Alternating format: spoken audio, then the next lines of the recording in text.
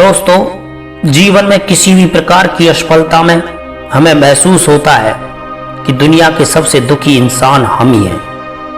आज के इस भौतिकवादी युग में प्रत्येक व्यक्ति कोई एग्जाम को लेकर, कोई जॉब को लेकर, कोई पैसे को लेकर, कोई डिप्रेशन में, लेकिन दुखी सब हैं। इसलिए जीवन के सभी दुखों को कैसे दूर किया जा सकता है, इस वीडियो में तथागत बुद्ध द्वारा बताए गए दुख के कारणों को स्पष्ट किया गया है। इसलिए वीडियो अंत तक अवश्य देखें।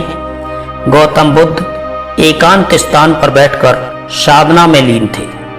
कुछ देर पश्चात उन्होंने अपनी आंखें खोली तो अपने शिष्यों को सामने पाया। सभी शिष्य गौतम बुद्ध से कुछ जानने को आतुर थे। एक शिष्य बोला, महाराज, हम जानना चाहते हैं कि दुख का निवारण क्या है। बुद्ध बोले, ये सत्य है कि हर दुख का निवारण है। इसी संदर्भ में तो मैं एक कथा सुनाता हूँ। एक सेठ का नौकर लंबे समय से उसके पास रहकर उनकी सेवा कर रहा था।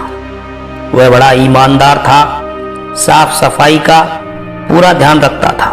इसलिए सेठ जी उससे बहुत प्रसन्न रहते थे। एक दिन शाम को जब सेठ जी घर आए तो देखा कि उनकी पुरानी पेंटिंग की तस्वीर टूटी पड़ी है। उन्होंने नौकर को बुलाकर पूछा, ये तस्वीर कैसे टूट गई? नौकर ने कहा, मालिक, मैं सफाई कर रहा था कि तस्वीर हाथ से छूट गई और टूट गई। गलती मेरी है, आप मुझे क्षमा करें। सेठ तेज आवाज में बोले, क्षमा मांगने से क्या होता है?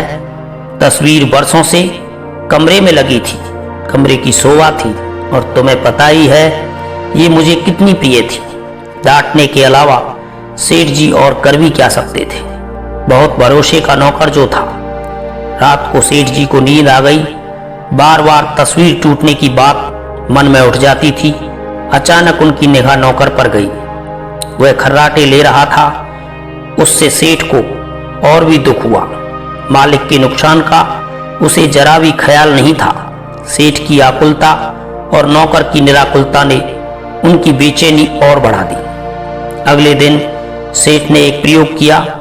नौकर ने दिन भर काम किया। शाम को सेठ ने उसे बड़े प्यार से बुलाया और कहा, देखो, कल नुकसान हो गया, इससे मेरा मन खिन्न हो गया था।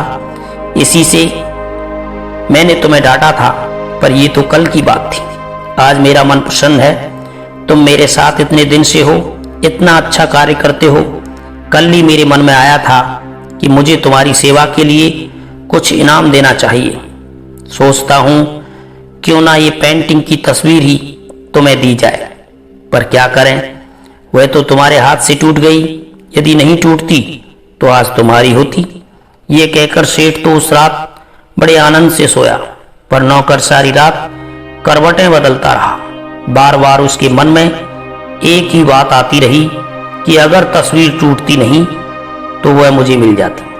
कथा सुनाकर बुद्ध बोले, अब तुम शायद समझ ही चुके होंगे कि लोभ और लालसा ही दुखों का मुख्य कारण है। दुख को कभी स्वयं पर हावी नहीं होने दें। दुख एक विचार की तरह है, वह भी चला जाएगा। कभी किसी से अपनी तुलना ना करें, क्योंकि तुलना करने पर यदि दूसरे व्यक्ति के पास आपसे ज्यादा होगा तो आप दुखी हो जाएंगे, और दूसरे के पास कम होगा तो आपको अहंकार हो जाएगा। दुख का कारण किसी भी निर्जीव व सजीव से अत्यधिक लालसा है। इसलिए सामान्य बने रहें, आपको सभी दुखों से मुक्ति मिल जाएगी। जय हिंद, जय भारत।